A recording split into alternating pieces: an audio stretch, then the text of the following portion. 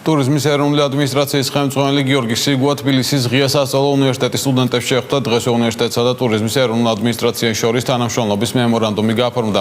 მემორანდუმის თანახმად თბილისის ღია უნივერსიტეტის სტუდენტები ტურიზმის ეროვნულ ადმინისტრაციაში სტაჟირებას გაევლიან და სხვადასხვა პროგრამებში ჩაერთვებიან.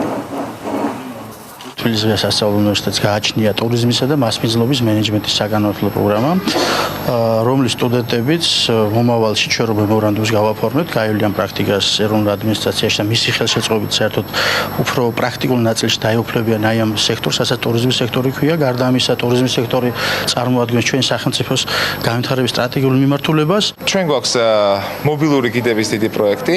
მთელი ზაფხულის განმავლობაში თბილისი და განვიხილოთ შეიძლება სხვა ქალაქებიც იყვნენ მობილური გიდებით აღჭურვილნი. ესენი იქნებიან ახალგაზრდები, რომლებსაც ჩვენ გამოვუყოთ სპეციალურ ეკიპირებას, სპეციალურ ლიტერატურას დავატრეინინგებთ და ეს ადამიანები ტურისტულ მარშრუტებზე იმოძრავებენ და ეხმარებიან ტურისტებს ინფორმაციის მოპოვებაში, საჭიროების შემთხვევაში გიდობის მაგავრობასაც გაუწევენ და შემდეგ მიიღებენ ჩვენგან სპეციალურ სერტიფიკატს და ექნება ჩათვლილი პრაქტიკა.